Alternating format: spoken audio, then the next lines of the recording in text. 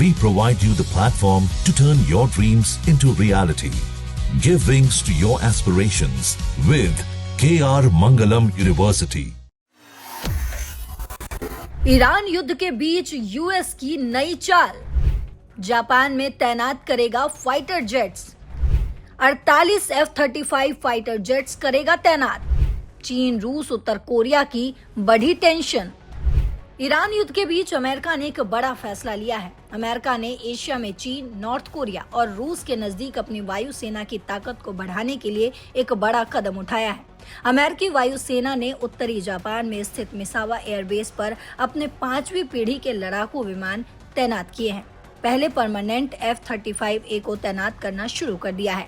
Military watch magazine की report के मुताबिक आपको जानकारी दे दें कि इन 48 फाइटर जेट्स की तैनाती मिसावा एयरबेस पर तैनात चौथी पीढ़ी के 36 पुराने F-16CJ की जगह पर की जा रही है। वहीं 5वीं पीढ़ी के एक नए लड़ाकू विमान की ये तैनाती पूर्वी एशिया में स्थायी रूप से तैनात अमेरिकी वायुसेना के सबसे बड़े फाइटर जेट्स के समूह का प्रतिनिधित्व करेगी, जो अमेरिकी वायुसेना के कॉम्बैट ताकत को और भी ज्यादा बढ़ा देगी।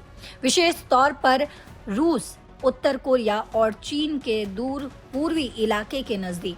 जापान में स्थित अमेरिका के मिसावा एयरबेस पर 35वें फाइटर विंग के F-16 फाइटर जेट्स को बदलने की योजना की पहली बार घोषणा 2024 जुलाई में की गई थी। मिसावा एयरबेस पर 5वीं पीढ़ी के F-35A लड़ाकू विमानों की तैनाती पर 13वीं फाइटर स्क्वाड्रन के commander lieutenant colonel John Widmer ने कहा है कि F-16 लड़ाकू विमानों के F-35 से बदले जाने से जिस चीज में सबसे ज्यादा प्रभाव होगा, उनमें से विमानों की स्टील्थ क्षमता निश्चित रूप से एक है। वहीं अमेरिकी वायुसेना के F-16CJ मुख्य रूप से एयर डिफेंस सेपरेशन ऑपरेशन का एक्सपर्ट कहा जाता था। वहीं इसके बारे में बोलते हुए लेफ्टिनेंट कर्नल विडमर ने कहा है, F-35 इन क्षमताओं को कैसे बढ़ाएगा। वाइल्ड विसल ऑपरेशन के बारे में बताते हुए वो कहते हैं कि F-35 को विशेष तौर पर वाइल्ड विसल प्लेटफॉर्म बनने के लिए बनाया गया था, जहां पुराने प्लेटफॉर्म वाइल्ड विसल मिशन को जोड़ तोड़ करके सेंसर या हथियारों के साथ करते थे। F-35 को शुरू से ही एक सेंसर प्लेटफॉर्म के रूप में बनाया गया है, जिसमें सेंसर फ्यूजन और क्वार्टर बैंक क्षमता शामिल है।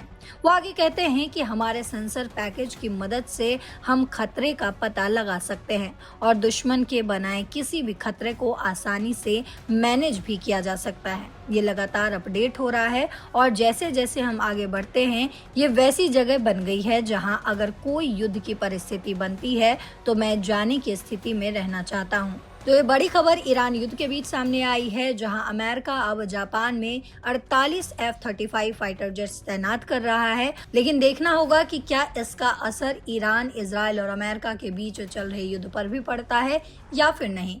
जो कुछ भी अपडेट आएगा, तमाम अपडेट्स के साथ एक बार फिर आपके सामने हाजिर होंगे। तब तक देश और दुनिया की बाकी खबरों के लिए देखते रहिए दैनिक जागरण। नमस्कार।